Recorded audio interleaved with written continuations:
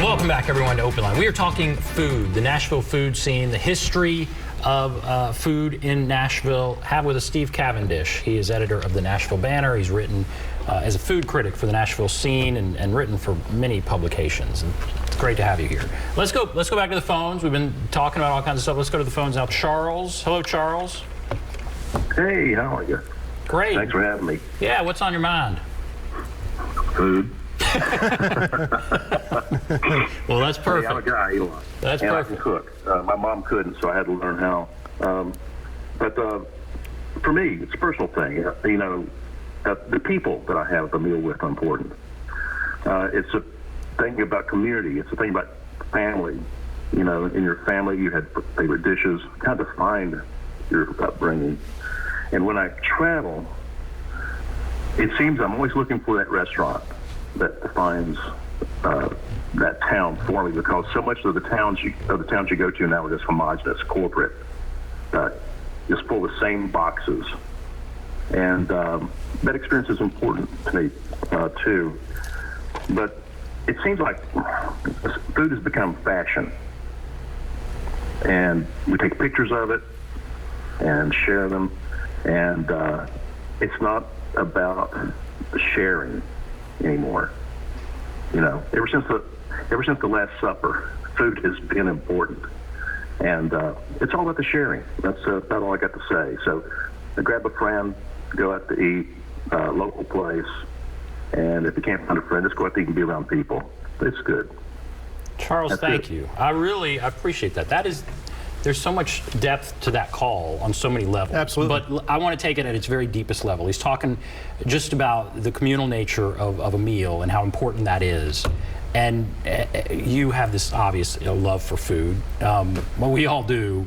But as a food critic, I mean, I feel like you really do, and you have a sense of this, what's going on in this town. But what about what makes a great meal? You heard kind of what he thought. What do you think? People are a really important part of that. Like, one of my favorite meals is over at a place called Butcher and Bee over in East Nashville. And Butcher and Bee has, for my mind, like one of the greatest values in the city. It's this I forget what they're calling it these days, like the chef's tasting or chef's choice. And for $45 or $50 a head, which is not cheap, but it's a legitimately great restaurant. You know, they will come to your table and they just start bringing you food. And it's this Mediterranean style place. And I love to go there with people and get like a big table and then just start doing it, because like I said, it's a very communal experience. And so next thing you know, we're all pulling off the same plate. We're all enjoying stuff, and we're talking about what we're eating. One of the things I love about it is, since you're all sharing the same meal, you all end up talking about the same meal. And so you're just like, oh, this hummus was amazing, and they have this like fermented honey and feta, whipped feta spread, and it's just like kind of this great combination of flavors, and everybody's having the same experience, and kind of like and food brings me a lot of happiness. And so, what makes you happy? What makes me happy about this? It's one of my favorite things to do. But just like a good meal with friends, doesn't matter if it's you're eating $5 barbecue sandwiches on the side of the road, or if you're eating at a real high-end restaurant. It's just like one of the best experiences you'll ever have. Absolutely. Charles said, when he travels, he's looking for a restaurant that defines the town. Yeah. What are some of the restaurants in Nashville that you think would define the town? I mean, I think that Nashville's defined by a couple of different kinds of cuisine, and not thinking about the high-end stuff we've been talking about. It's a barbecue area, but barbecue here means different things. Like, you go to Texas, it's about beef. You go to Carolina, it's about chopped shoulder, pork shoulders, but with a vinegar kind of sauce. Here, it's the best traditions are what guys like Pat Martin are doing at Martin's, and his best stuff is the whole hog barbecue. And it's an amazing sandwich, and it's these pigs, and they're done in their pits there in the restaurant, and done slowly for hours and hours and hours.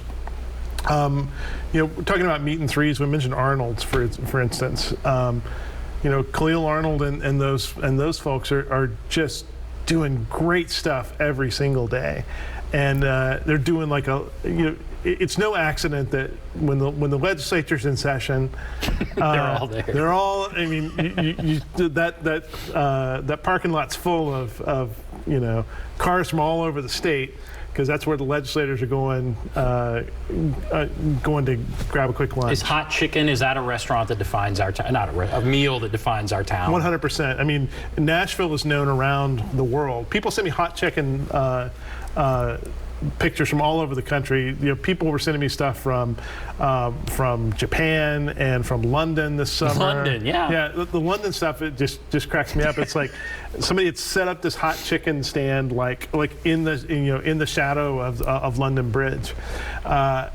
It is the defining dish, and quickly, the story on it is. It was the spawn of a night out, a night that maybe shouldn't have been out. Husband comes home, spouse is mad because he's been out gallivanting around with someone else, and so she decides to punish him with the fried chicken. She makes fried chicken, but she puts a lot of cayenne and other sort of spices in it, and just blows him up with heat. And that's the beginning of it. And he loved it, and then it became what it is now. And now, yeah, London everywhere. Nashville's hot chicken. It's not just hot chicken. Nashville hot chicken. When KFC picks it up and puts it on their menu, I mean, it's probably jumped the shark a little bit.